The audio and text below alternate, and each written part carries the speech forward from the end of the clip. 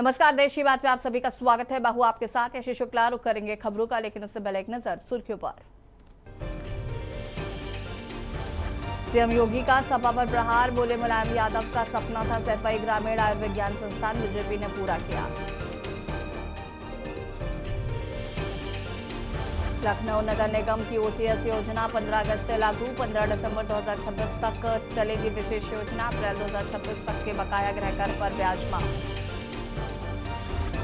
लखनऊ में माल ब्लॉक पंचायत सचिव सदगुरु प्रसाद निलंबित, वायरल वीडियो के आधार पर प्रशासनिक कार्रवाई।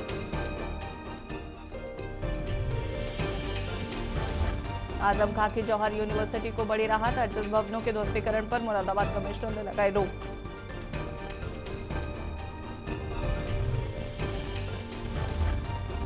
लखनऊ एयरपोर्ट पर पहली बार उतरा चीनी विमान, सूचना मिलने पर सतर्क हुई सुरक्षा एजेंसियां, खराब मौसम के चलते हुआ डाइवर्ट।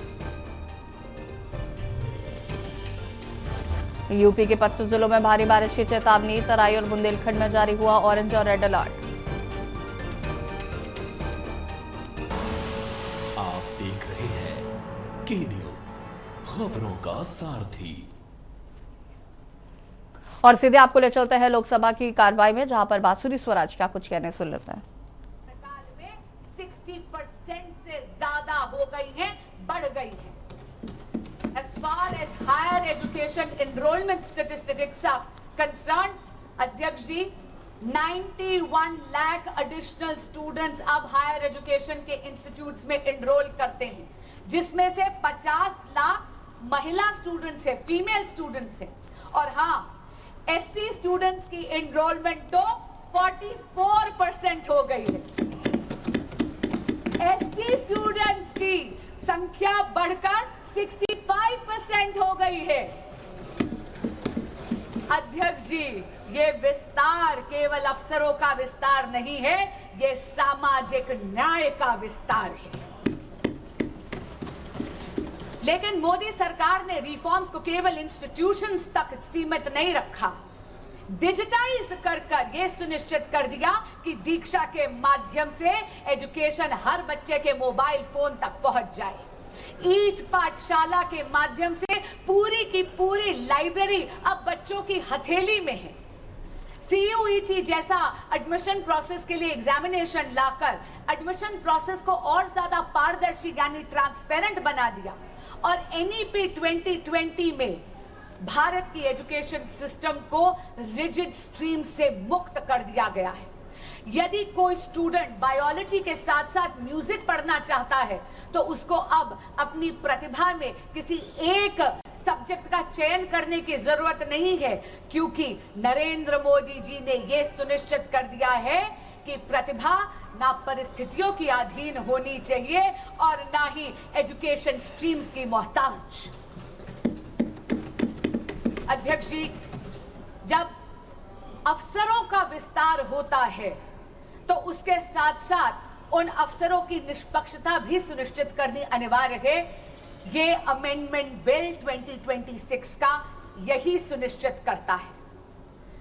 अध्यक्ष जी, इस सदन में पिछले 2 वर्षों से मैंने देखा है कि बहस तथ्यों पर होनी चाहिए, बहस नैरेटिव पे नहीं होनी चाहिए, बहस प्रमाणों पर होनी चाहिए, बहस पूर्वाग्रह पर नहीं होनी चाहिए। इसीलिए मैं ये जरूर कहना चाहूंगी आपके माध्यम से विपक्ष के साथियों को, सबसे पहली बात तो बेल सरकार नहीं, इस देश का कोर्ट देता है। और लोकतंत्र में judiciary is independent of the executive and the legislature.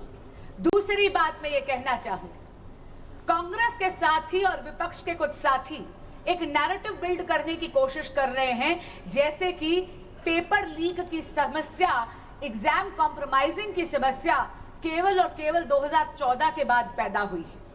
अध्यक्ष जी, मीडिया की रिपोर्टों का अगर हम सच माने तो विपक्षी दलों के जहां जहां पर शासित राज्य हैं, और पिछले जब एक दशक था, जब 2014 से पहले कांग्रेस लेड यूपीए सरकार था, तब 1 नहीं 2 नहीं बल्कि टोटल 22 बार पेपर लीक होकर कैंसिल करने पड़े। उनमें से कांग्रेस लेड यूपीए सरकार के अधिकार क्षेत्र में आने वाले 6 ऐसे एग्जामिनेशंस हैं जो सीधा केंद्र सरकार के नीचे आते थे। अध्यक्ष ji, AIIMS PG examination 2006, ICAI CPT examination 2007, CLAT 2009, Railway Recruitment Board Examination 2009, AIEEE 2011, SSC CGL Examination 2013, ये सारी की सारी पेपर लीक तब थी जब विपक्षी दल सत्ता में था, यानी कांग्रेस लेड यूपीए गवर्नमेंट थी। अब मैं राज्यों के कुछ आंकड़े आपको देना चाहूंगी। राजस्थान में जब कांग्रेस की सरकार थी तो REET, RPSC, senior teacher recruitment, police constable examination recruitment, forest guard recruitment, CHMO recruitment exams leak हुए। टीएमसी की जब सरकार थी पश्चिम बंगाल में टीचर रिक्रूटमेंट स्कैम में सुप्रीम कोर्ट ने 27,753 अपॉइंटमेंट्स को कैंसिल करा गया क्योंकि उन्होंने उसमें फ्रॉड और मैनिपुलेशन पाया। यही नहीं, जब बीआरएस की सरकार थी तेलंगाना में तो टीएसपीएससी पेपर का लीक हुआ। उत्तर प्रदेश में जब सपा की सरकार थी तो police constable recruitment paper leak हुआ। तब तो सॉल्वर गैंग्स और ऑर्गेनाइज्ड एग्जाम फ्रॉड के गैंग्स वहां ऑपरेट करते थे। और हाल ही में पंजाब में, ये तो इसी साल की बात कर रही हूं, फार्मेसी ऑफिसर रिक्रूटमेंट एग्जामिनेशन में तो हाई टेक यानी ब्लूटूथ का इस्तेमाल कर उस पेपर को कॉम्प्रोमाइज करना गया। पर मैं पूछना चाहती हूं, इससे पहले कि विपक्ष मुझ पर यह इल्जाम लगाए that I am talking about whataboutery. This is not about whataboutery, but I am calling out the opposition on its selective outrage. मैं पूछना चाहती हूं विपक्ष से कि अगर ये सिद्धांत की लड़ाई है तो सिद्धांत सरकार देख के बदल कैसे जाता है। मैं पूछना चाहती हूं कि अभी खड़े होकर इन्होंने तत्कालीन केंद्रीय शिक्षा मंत्री की बात करी, क्या माननीय गौरव गोगोई जी ने अभी तक पंजाब के एजुकेशन मिनिस्टर का इस्तीफा मांगा है या नहीं? यही बात नहीं है अध्यक्ष जी, एक सिंगल प्रोफेशनल टेस्टिंग एजेंसी की मांग पिछले 30 साल से इस देश में पेंडिंग थी। 1986 की जो नेशनल पॉलिसी थी एजुकेशन की, उसका जब प्रोग्राम ऑफ एक्शन 1992 में आया तब ये मांग उभर कर आई। इसको आईआईटी डायरेक्टर्स कमेटी ने 2010 में रीइटरेट करा, इसे दोहराया, लेकिन ये मांग इसको अनदेखा कर दिया कांग्रेस पार्टी और यूपीए ने। क्यों? क्योंकि उनको कोई फर्क नहीं पड़ रहा था कि इस देश के युवा का भविष्य कसौटी पर नहीं उखड़ रहा था। उनको कोई फर्क नहीं पड़ रहा था कि इस देश के युवा का भविष्य उसकी बलि दी जा रही थी। ये तो नरेंद्र मोदी की सरकार आई, एनडीए की सरकार आई तो 2017 में एनडीए का गठन हुआ। अध्यक्ष जी, जहां पर कांग्रेस शासित यूपीए ने पॉलिसी वैक्यूम करा, वहीं पर अगर मैं जेनजी की भाषा को बोरो करूं, then I will have to say Modi ji clocked it and provided a legislative solution. But while Narendra Modi provided an anti-paper leak law, a very robust law, which today is being even more formidable, all that the opposition did was chase political opportunism. अध्यक्ष जी, फर्क साफ है, फर्क केवल सरकार का नहीं, फर्क सोच का भी है। यूपीए का मंत्र है delay, deflect and deny. Modi का मंत्र है डिटेक्ट, डिसाइड एंड डिलीवर।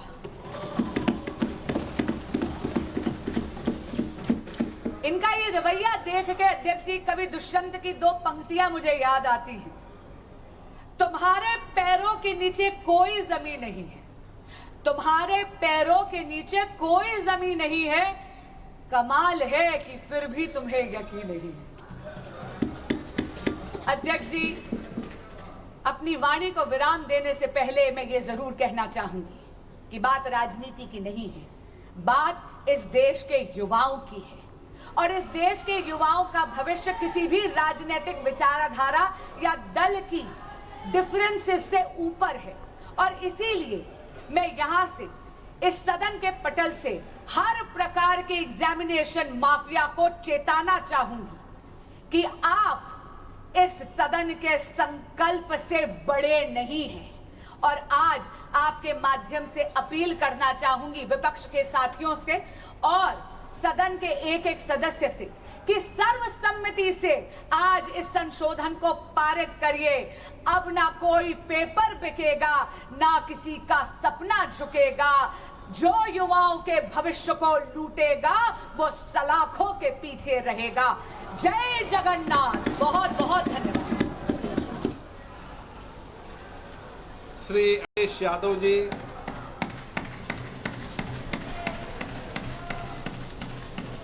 अध्यक्ष महोदय, मैं आपका धन्यवाद देना चाहता हूं कि इस महत्वपूर्ण विषय पे मुझे बोलने का मौका दे रहे हैं। मैं अपने साथी माननीय सदस्य गौरव गोगोई जी के से सहमत हूं। बहुत सारे महत्वपूर्ण उन्होंने बिंदु उठाए और अध्यक्ष महोदय,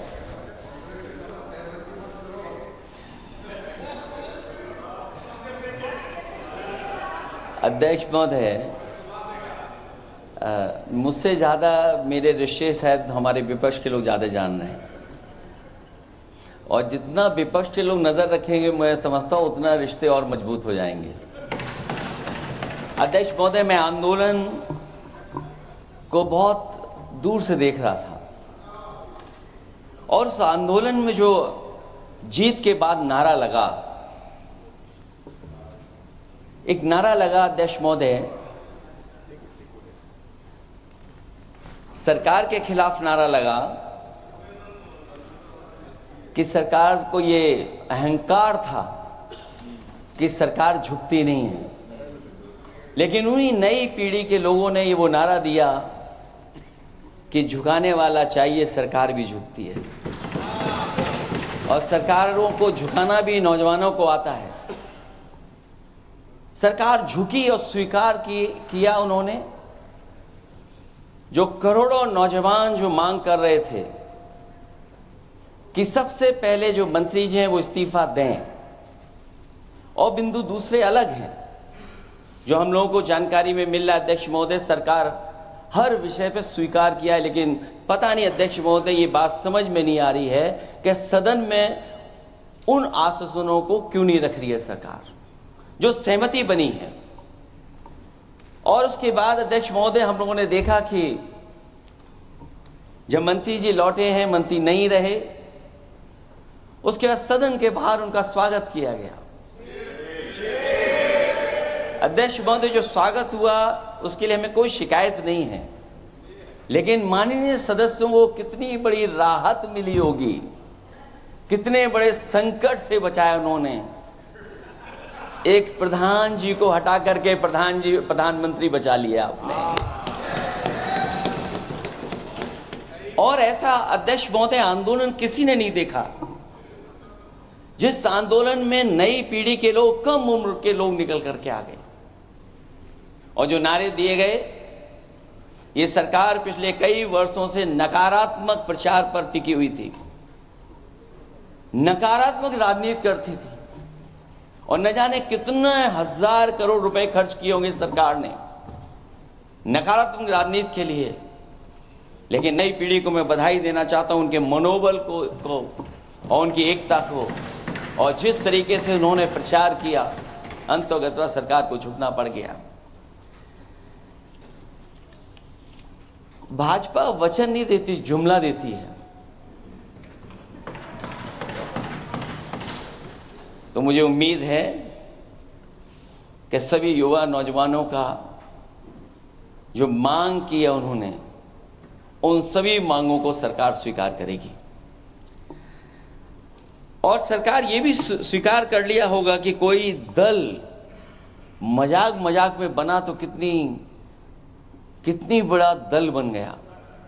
जो कोई चीज मजाक से शुरू हुई वो कितना सीरियस हो गई, और इतना सीरियस हुई कि हमारी सरकार लोकतांत्रिक हो गई कि जो उनको धरने बैठने दी। सरकार लोकतांत्रिक थी कि उन्हें धरने पर बैठने दिया। हमने वो भी समय देखा है कि जहां पर धरने पर नहीं बैठने दिया, वर्षों वर्ष लोग बैठे रहे धरने पर, उनकी सुनी नहीं गई। इसी दिल्ली को घेरा था किसानों ने, और सरकार को लगा कि चुनाव आ गया तो सरकार ने तीनों कानून वापस ले लिए। जब सरकार घबरा जाती है, डर जाती है, तो सरकार स्वीकार कर लेती है। इसीलिए वो नारा मुझे अक्सर याद आता है कि झुकाने वाला चाहिए, सरकार भी झुकती है। जो विषय लाया गया है कि prevention of unlawful means act, सरकार को कम से कम ये बताना चाहिए था कि 2024 में जब ये लेकर के आए थे तो आज 2026 में कैसे पेपर लीक हो। और केवल गिनती के 1-2 पेपर लीक नहीं हुए, ये ऐसा आंदोलन रहा जिसमें मां बाप और नई पीढ़ी के लोग सब जुड़ गए। अगर हम ये माने कि 20 लाख बच्चों ने परीक्षा लिखी थी और उनके घर परिवार के सदस्यों को हम उसमें जोड़ दें, दादा दादी, माँ बाप और परिवार का कोई सदस्य, तो 5 लोग प्रभावित थे। और 5 गुणा 20, 1 करोड़ लोग नाराज हुए सरकार से। और अक्सर हम पॉलिटिकल लोग हैं, हम लोग जानते हैं जब कभी आंदोलन करते हैं तो कितनी तैयारी करानी पड़ती है, गाड़ियों का इंतजाम, खाने का इंतजाम और इंतजाम। लेकिन ये पहला आंदोलन देखा कि जिसमें माँ बाप भी जुड़ गए और कहा कि जाओ बच्चों आंदोलन करो, हम आपके साथ हैं। ये पहला आंदोलन ऐसा देखने को मिला है। और केवल दिल्ली में नहीं हुआ ये, केवल दिल्ली में नहीं हुआ ये। अगर ये बात गलत है, अगर ये बात अध्यक्ष महोदय गलत लग रही है, तो देश के होम मिनिस्टर साहब को ले आइए, वो सब एक्सप्लेन कर देंगे।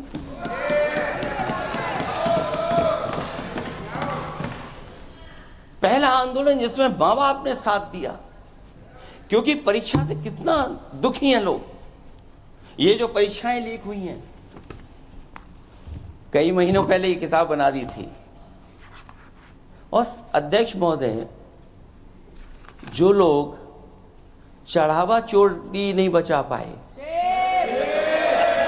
वो पेपर लीक कैसे बचा पाएंगे? जो भगवान के दरबार से दान गायब हो गया, दान चला गया, वो लोग पेपर लीक बचाएंगे? किस कानून को, जो कानून पहले बनाया उसी कानून का संशोधन करके लेकर आए? किसकी आंखों में आप धूल झोंक रहे हैं? और अगर कानून से बच रहा होता तो भाजपा की 10 साल की सरकार में 20 परीक्षाएं कैसे लीक हो गई? 20 परीक्षाएं लीक हुई अध्यक्ष महोदय, जिसमें कोर्ट तक जाना पड़ा, उसके बाद परीक्षा रद्द हुई है। दरोगा भर्ती का पेपर लीक हो गया, जूनियर इंजीनियरिंग के भर्ती का पेपर लीक हो गया, ग्राम विकास पंचायत अधिकारी का पर्चा लीक हो गया, नलकूप चालक भर्ती का, यूपी टीईटी का परीक्षा लीक हुआ, और एक बार नहीं हुआ, 3 बार पेपर लीक हुआ यूपी टेट का। हाई स्कूल बोर्ड का परीक्षा लीक कर दिया, इंटरमीडिएट की बोर्ड की परीक्षा लीक हुई, इंटरमीडिएट का फिर परीक्षा का लीक हुआ, कई बार हुई, सिपाही भर्ती लीक हुई। आप सोचिए कितनी परीक्षाएं लीक हुई हैं। और नीट परीक्षा कोई पहली बार लीक नहीं हुई, दोबारा लीक हो गई, कानून बनने के बाद लीक हुई। सहायक प्रोफेसर भर्ती लीक, लेखपाल भर्ती लीक हुई। यूपी जैसे स्टेट, जो सबसे बड़ा स्टेट है, जहां से प्रधानमंत्री चुन करके आते हो, वहां तक पेपर लीक हो जा रहा है। और जो संस्था परीक्षा एग्जामिनेशन करा रही है, वो एनटीए में भी आउटसोर्स कर दिया आपने। हम विपक्ष के लोगों को तो डर ये लगता है अध्यक्ष महोदय, कहीं ऐसा ना हो कि ये पूरी सरकार को आउटसोर्स कर दें। जो सबसे विश्वसनीय संस्था है, उसमें आउटसोर्स पे आपने कर्मचारी को रखा हुआ है। किस बात की जवाबदेही है? यही अकाउंटेबिलिटी है आपकी? कहीं अकाउंटेबिलिटी ये तो नहीं है। आप अकाउंटेबिलिटी को ये कहीं समझ बैठे हो कि अकाउंट को भर दे वो एबिलिटी वाला ही हमें चाहिए, कहीं वो अकाउंटेबिलिटी तो नहीं है। आप बताइए, एनटीए को आउटसोर्स किया हुआ है आपने।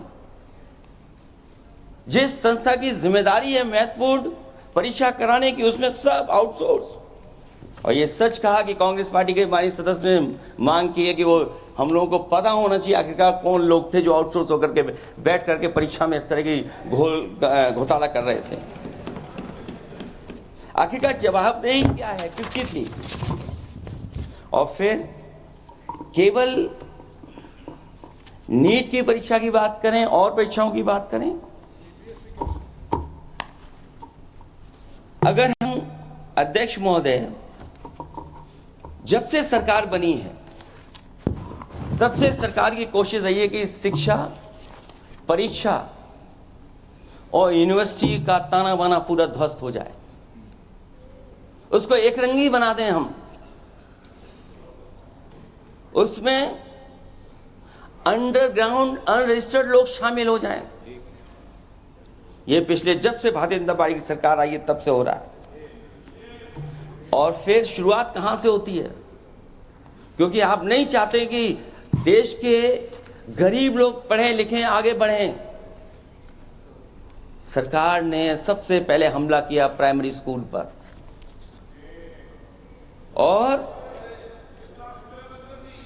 प्राइमरी स्कूल कितने बंद किए हैं आपने? जहां से बच्चे की शिक्षा की यात्रा शुरू होती है। एक गरीब परिवार का बेटा, बच्चे कहां से पढ़ करके निकलते हैं? सबसे पहले प्राथमिक शिक्षा सरकारी स्कूलों से पढ़ करके निकलते हैं। हमारे बहुत सारे माननीय सदस्य होंगे, वो उन्हीं प्राथमिक विद्यालयों से पढ़ करके आज इस सदन तक पहुंचे होंगे। आपने सबसे पहले स्कूलों पे हमला किया, और प्राइमरी से लेकर के नौकरी तक पे आपने हमला किया है। युवाओं के भविष्य पर आपने चोट पहुंचाने का काम किया है।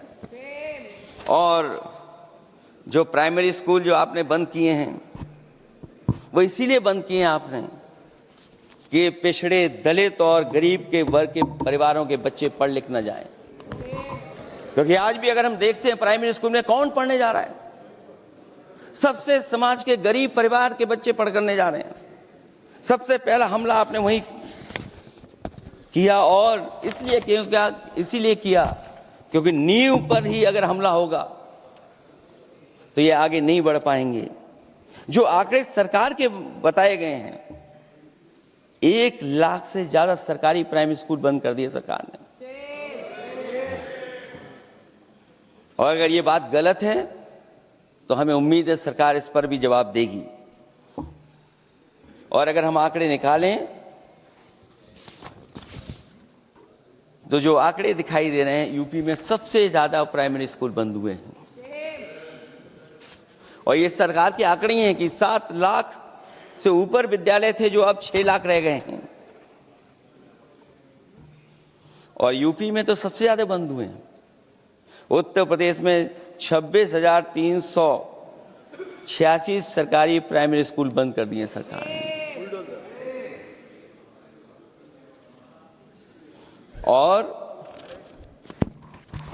केवल प्राइमरी स्कूल बंद नहीं किए हैं, नौकरी पे भी हमला किया है। 69,000 शिक्षक भर्ती को लेकर के बड़े पैमाने पर घोटाला किया गया। और घोटाला इतना बड़ा है कि वो सभी कोर्टों में गए हैं और पिछले कई वर्षों से आंदोलन कर रहे हैं। कोई स्थान नहीं बचा अध्यक्ष महोदय जहां पर वो शिक्षक भर्ती के लोग न गए हों। मंत्रियों के यहाँ गए, आंदोलन किया है, हाई कोर्ट गए, सुप्रीम कोर्ट गए।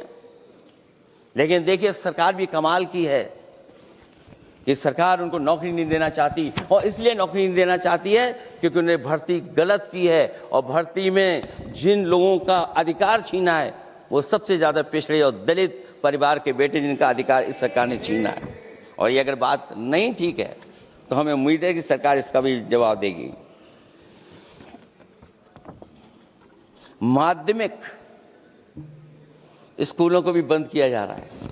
और बड़े पैमाने पे स्कूल बंद हुए हैं और जो बोर्ड की परीक्षाएं लीक हुई हैं, पूरे देश में बड़े पैमाने पर बोर्ड परीक्षाओं के पेपर लीक किए गए हैं।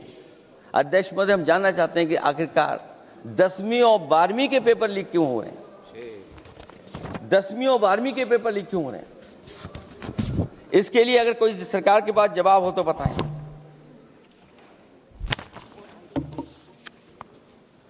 और जो बच्चियों ने जान दी है नीट की परीक्षा में, जब परीक्षा का पेपर लीक हो गया है, अध्यक्ष महोदय, मैं अपनी तरफ से, पार्टी की तरफ से और सभी की तरफ से उन्हें श्रद्धांजलि देता हूं। और हमें उम्मीद है कि सरकार उन बच्चों की मांग मानेगी जिन बच्चों ने ये शर्त रखी है कि उनके परिवार के लोगों को 1 करोड़ मुआवजा दिया जाए। जब उच्च शिक्षा में जिस तरीके से भर्ती हो रही है, अध्यक्ष महोदय, जो उच्च शिक्षा की भर्ती है उसमें जो अपॉइंटमेंट हो रहे हैं उनके बारे में तो क्या चर्चा करें। और संसद से ये सी तस्वीरें देख रहे थे जहां पर अखिलेश यादव ने सरकार पर पेपर लीक को लेकर। ब्रेक के बाद एक बार फिर से आप सभी का स्वागत है और सीधे आपको ले चलते हैं लोकसभा की कार्रवाई में, जहां पर अखिलेश यादव क्या कुछ कह रहे हैं, सुन लेते हैं। कहना चाहता हूं कि अध्यक्ष महोदय, अगर शिक्षा अच्छी होगी, परीक्षा सच्ची होगी, तो तरक्की भी पक्की होगी। और ये तरक्की नहीं चाहते हैं, इसीलिए शिक्षा पर और परीक्षा पर हमला कर रहे हैं। मैं इन्हीं शब्दों के साथ अध्यक्ष महोदय आपका धन्यवाद देता हूं। और जो बिल लेकर के आए हैं आप, बिल तो 24 में भी लेकर के आए थे आप, जो 24 में बिल लेकर के आए थे, उसके बाद नीट परीक्षा का पेपर लीक क्यों हो गया, ये आप बता देना मंत्री जी। आपको एक कानून बनाने के बाद दूसरा कानून बनाना पड़ रहा है, ये क्या वजह है? और आपको मंत्री जी का स्वागत इसलिए करना पड़ रहा है कि आपको संकट से बचा लिया। और अगर अखिलेश जी तो समाजवादी है। मैं पूछना चाहता हूं कि छात्रों का आंदोलन के बाद सरकार उनका बात सुन के पार्लियामेंट में बिल लेके आता है, ये अच्छा है? या जो आंदोलन होता है तो उसको कुचलने के लिए देश में इमरजेंसी लगा देता है, वो अच्छा? आप बता दीजिए।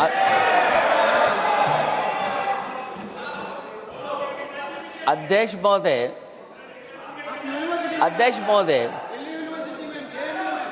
महोदय, मैं इमरजेंसी को तो नहीं देखा हूं, लेकिन इमरजेंसी में क्या क्या हुआ है वो अभी दिल्ली की राजधानी में भी देखने को मिल गया है। आंसू के गैस के गोले और लकड़ी में लगा हुआ कुछ कील का और कांटे की चीजें, उस समय करंट नहीं लगाया जाता था, इस बार करंट लगाया गया। तो ये इमरजेंसी के बराबर ही हुआ है हमला, कम नहीं है। इमरजेंसी से कम अन्याय नहीं कर रहे हैं आप लोग। और याद करिए अध्यक्ष महोदय, अगर इमरजेंसी इन्हें याद आ गई है, अगर इमरजेंसी अध्यक्ष महोदय ने याद आ गई है, तो इमरजेंसी के बाद भी परिवर्तन हुआ था और हमें भरोसा है कि इसके बाद भी परिवर्तन होगा। और अध्यक्ष महोदय, मैं आखिरी में कहना चाहता हूं, कानून से नहीं, नियत साफ होगी तब नीट का परीक्षा साफ होगी। सवाल कानून का नहीं है, आपकी नियत साफ नहीं है। और जिस समय आपकी नियत साफ होगी तो परीक्षा भी साफ हो जाएगी। और हमारे साथी जो कुछ और बातें उठा रहे हैं, आज मौका नहीं है, लेकिन आपको भगवान भी माफ नहीं करेंगे, क्योंकि आप चढ़ावा चोरी में शामिल हुए हैं। और चढ़ावा ही नहीं, जो गुप्त दान था वो भी चोरी हुआ है, गुप्त दान। और ये पाप की श्रेणी में नहीं आता है, महापाप की श्रेणी में आता है। Akhilesh ji bill pay. और अध्यक्ष महोदय, आखिरी में मैं इतना ही कहना चाहता हूं, शिक्षा की रक्षा के लिए जो आंदोलन हुआ है वो हमेशा आंदोलन जीतेंगे। बहुत बहुत धन्यवाद, बहुत बहुत आभार प्रकट करता हूं आपका। Shri Abhishek Banerjee. Thank you, sir. I rise here today to speak on the Public Examination Amendment Bill 2026. we support this bill, but I want to make it very clear in the beginning that just because we support this bill doesn't mean, or the government should expect us to applaud those who set the world on fire because they turn up with a. और अब रुक करेंगे खबरों का। चरखी दादरी जिले के गांव पाड़ी बस स्टैंड पर मंगलवार सुबह रोडवेज बस की टक्कर में से मोपेड चालक की मौत हो गई है। हादसे के बाद एफएसएल और पुलिस टीम मौके पर पहुंची तथा शव को पोस्टमार्टम के लिए चरखी दादरी सिविल अस्पताल भेजा गया। पुलिस के अनुसार मयनगढ़ से चरखी दादरी जा रही रोडवेज बस की टक्कर से मोपेड चालक की मौके पर ही मौत हो गई।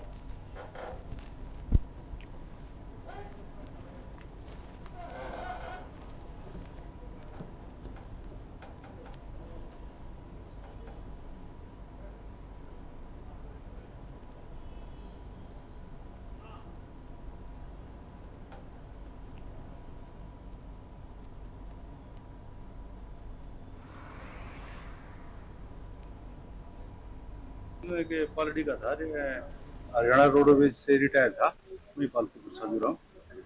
उसको वो जो अपने स्कूटी विक्की ले गए सुबह भेंदगढ़ के लिए निकला था गाँव से। तो वो जो पालड़ी बस अड्डा पर पहुंचा तो इधर से भेंदगढ़ की तरफ आती एक रोडवेज की बस, हरियाणा रोडवेज की बस से एक्सीडेंट हो गया, जिस कारण उसकी मौत हो गई। जो परिवार वालों ने एक्सीडेंट करने वाले बस रोडवेज बस के चालक के खिलाफ मामला दर्ज किया। बस को अपनी बस को तेजी से लापरवाही से चलाकर एकदम टक्कर मारने के वो एक्सीडेंट में 106 तो 181 बीएनएस के जो नियम अनुसार कार्रवाई की जाए। खबर रेवाड़ी से, जहां पर स्थानीय पैरा एथलीट शर्मिला धनखड़ ने कॉमनवेल्थ गेम्स की महिला पैरा शॉट पुट 557 स्पर्धा में 9.81 मीटर का सीजन बेस्ट प्रदर्शन कर स्वर्ण पदक जीता है। 2 साल की उम्र में पोलियो, आर्थिक तंगी, नौकरी छूटने और घर बेचने जैसे कठिन परिस्थितियों के बावजूद उन्होंने हार नहीं मानी। उनकी इस ऐतिहासिक उपलब्धि से पूरे देश का गौरव बढ़ा है। उनकी दोनों बेटियां भी खेलों में अपना भविष्य बना रही हैं।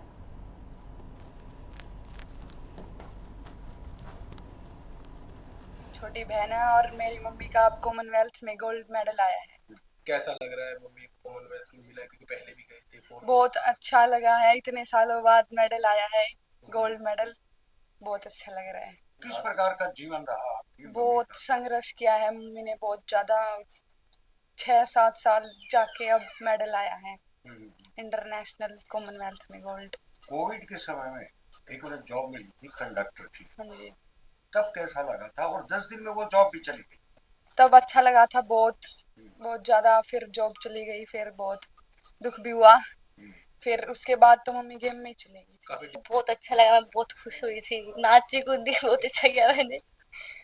कितने बजे मम्मी का गेम प्ले चल रहा था? मम्मी का 2:30 बजे तक गेम चला, हमें दिखने को भी नहीं मिला था, हमने उस पे गूगल पर रिजल्ट देखा था। अच्छा, सुना आतिशबाजी भी बहुत की आपने? हाँ, पटाखे वगैरह सब कुछ जलाए थे, बहुत खुश हुए थे। कैसा फील कर रहे हैं? आप भी गेम खेलते हैं, आज मदर कॉमनवेल्थ में गोल्ड मेडल लाई है देश के। मैं बहुत अच्छा, बहुत बढ़िया फील कर रही हूँ।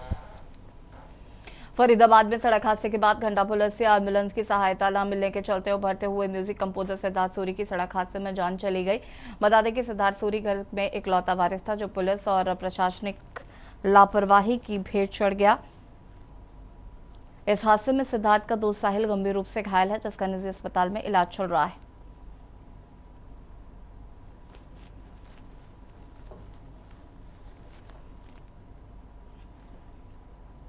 हमने एफआईआर दर्ज रजिस्टर कर दी है और उसमें जैसे भी हमें कोई क्लू लगता है तो हम उसके नियम अनुसार जो है कार्रवाई करते हैं। कैसे घटना है ये रात को 12:15 के आसपास की घटना है। किस चीज़ से हुआ एक्सीडेंट? ये अभी तो अननोन ट्रैक बता रहे हैं बिना नंबर का, बाकी देखते हैं वहाँ पर कैमरे वगैरह मिलते हैं तो उससे क्लू लगाएंगे। जैसे भी कहाँ पर ये मेट्रो स्टेशन सेक्टर 28 के अपोजिट, नियर अपोजिट है।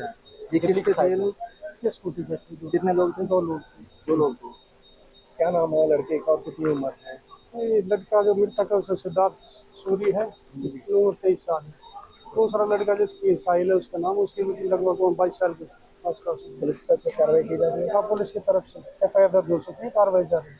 ये घायल साहिल है। मुरैना में बीती रात हुई बारिश ने नगर निगम के जल निकासी संबंधी दावों की पोल खोल दी। शहर के कई प्रमुख इलाकों में जलभराव से सड़कें तालाब में तब्दील हो गई हैं, जिससे लोगों को भारी परेशानी का सामना करना पड़ा। एमएस रोड पर जलभराव का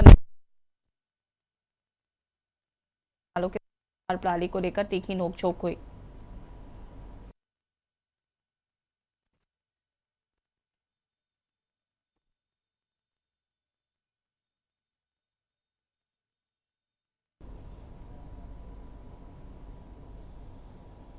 खबर रायपुर से है, जहां पर बस्तर रेजिमेंट के गठन की मांग पर रक्षा मंत्री राजनाथ सिंह ने सकारात्मक प्रतिक्रिया दी। उप मुख्यमंत्री विजय शर्मा के पत्र के जवाब में रक्षा मंत्रालय ने बताया कि बस्तर रेजिमेंट की स्थापना संबंधी प्रस्ताव प्राप्त हुआ है और मामले की जांच की जा रही है। वहीं मुख्यमंत्री विष्णुदेव साय ने कहा कि बस्तर रेजिमेंट बनाने से स्थानीय युवाओं को रोजगार के साथ भारतीय सेना में सेवा का अवसर मिलेगा।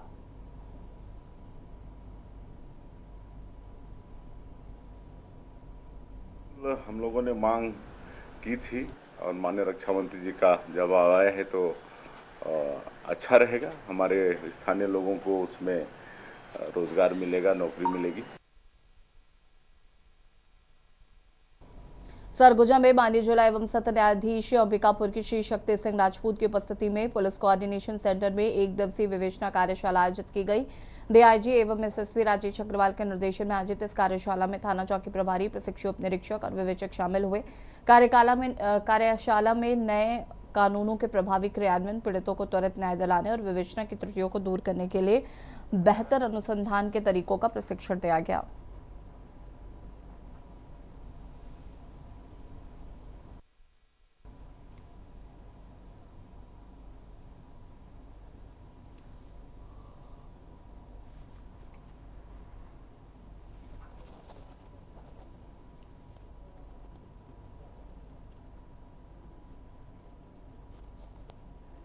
अयोध्या से खबर, जहां पर रामलला को भीषण गर्मी से मिलेगी राहत। बता दें कि अयोध्या मंदिर के गर्भगृह में लगेगा एसी। मंदिर के गर्भगृह में एसी लगाने की तैयारी शुरू की गई है। इंजीनियरों ने गर्भगृह तक का तकनीकी सर्वे किया। अयोध्या से खबर आपको बता रहे हैं, रामलला को भीषण गर्मी से मिलेगी राहत। अयोध्या मंदिर के गर्भगृह में लगाया जाएगा एसी।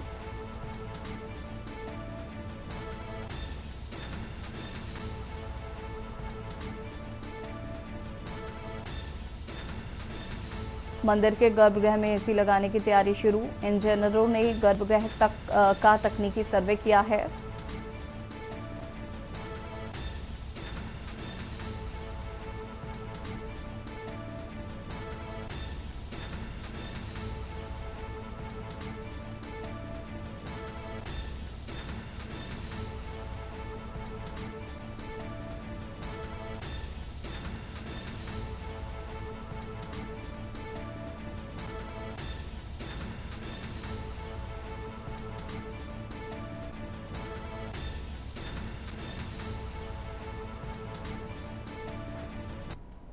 लखनऊ से खबर, मुख्यमंत्री योगी आदित्यनाथ कल गोरखपुर दौरे पर रहेंगे। 12 से सेशन के कार्यक्रम में होंगे शामिल। बता दें कि गुरु पूर्णिमा पर गोरखनाथ मंदिर में करेंगे विशेष पूजा। दोनों भूमिकाओं में नजर आएंगे सीएम योगी। सुबह 5 बजे से रूट अपहरण और विशेष पूजन होगा। सुबह 6:30 बजे होगी सामूहिक आरती। श्री राम कथा की पूर्णाहुति श्री गुरु पूर्णिमा पर होगी। श्रद्धालुओं और शिष्यों को तिलक लगाकर देंगे आशीर्वाद।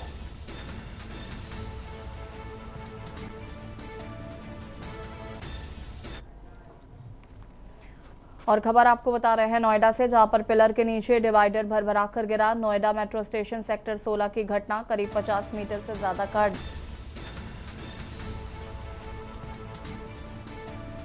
डिवाइडर भरभराकर गिरा।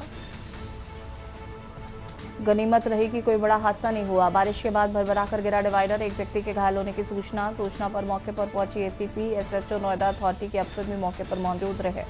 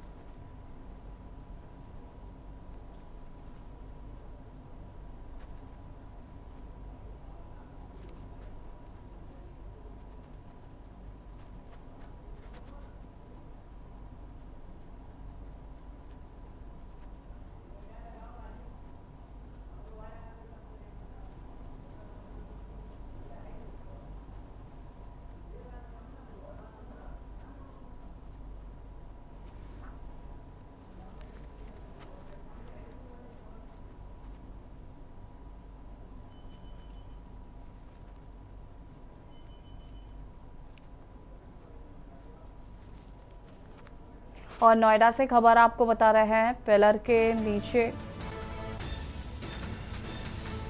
डिवाइडर भरभरा कर गिरा। नोएडा मेट्रो स्टेशन सेक्टर 16 की घटना, करीब 50 मीटर से ज्यादा का डिवाइडर भरभरा कर गिरा है। गनीमत रही कोई बड़ा हादसा नहीं हुआ। बारिश के बाद गिरा डिवाइडर, एक व्यक्ति के घायल होने की सूचना पर मौके पर पहुंचे एसीपी एसएचओ नोएडा अथॉरिटी के अफसर भी मौके पर मौजूद रहे।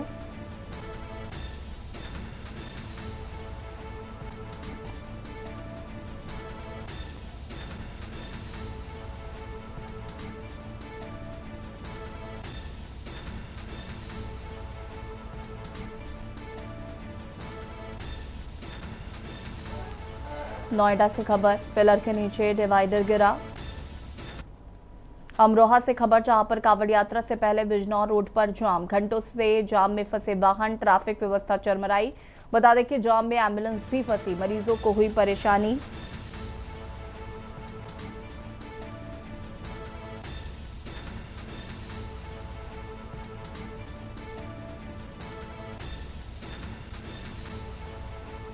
मौके पर ट्रैफिक पुलिस के नदारत। कांवड़ यात्रा से पहले ट्रैफिक प्रबंधन पर कई सवाल।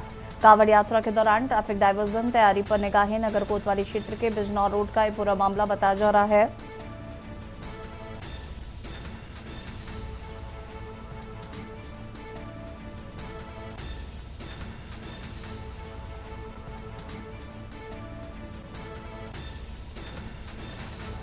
नगर कोतवाली क्षेत्र के बिजनौर रोड का पूरा मामला।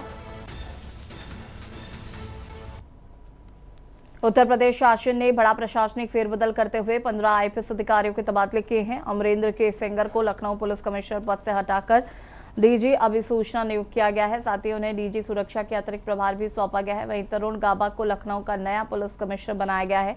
पीयूष मौर्य को प्रयागराज पुलिस कमिश्नर, तथा अशोक जैन को डीजी अग्निशमन एवं आपात सेवाएं तथा राम कुमार को एडीजी गोरखपुर जोन की जिम्मेदारी दी गई है।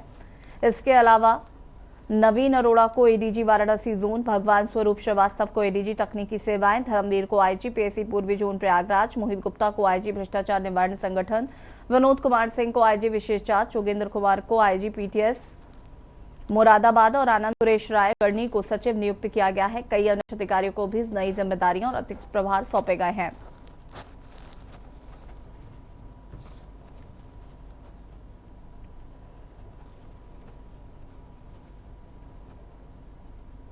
खबर बुलंदशहर से, जहां पर लगातार हो रही मूसलाधार बारिश ने नगर पालिका के दावों की पोल खोलकर रख दी है। नगर क्षेत्र के लल्ला बाबू रोड स्थित जज कंपाउंड के ज्ञान लोक कॉलोनी समेत कई इलाकों की सड़कों पर बारिश का पानी भर गया, जिससे सड़कें तालाब नजर आ रही हैं। नालों और नालियों की समय पर सफाई व जल निकासी की व्यवस्था न होने से बारिश का पानी सड़कों पर भरने से लोगों की परेशानी बढ़ गई है।